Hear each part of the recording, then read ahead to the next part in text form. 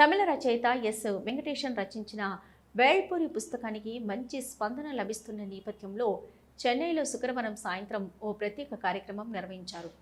దీనికి super star Rajinikanth, director S Shankar chief గెస్టులుగా హాజరయ్యారు.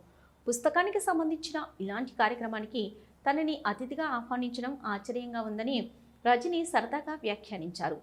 ఈ కార్యక్రమంలో తన తోటి సీనియర్ హీరో కమల్ హాసన్ను ఉద్దేశించి కీలక వ్యాఖ్యలు చేశారు. ఏం మాట్లాడాలి అనేది విజ్ఞానమని, ఎలా మాట్లాడాలి అనేది ప్రతిభ అని, ఎంత మాట్లాడాలి అనేది స్టేజ్పై ఆధారపడి ఉంటుందని రజనీకాంత్ అన్నారు. అలాగే ఏం చెప్పాలి, ఏం చెప్పకూడదు అనేది అనుభవం నుంచి నేర్చుకోవాల్సిన పాఠాలని పేర్కొన్నారు.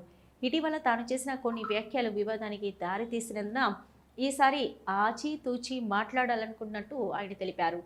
ఇలాంటి కార్యక్రమాలకు కమల్ హాసన్ లేదా శివకుమార్ లాంటి వారిని పిలవలసిందని, ఎందుకంటే వారందరూ ఎంతో మేధావులని రజనీ అన్నారు.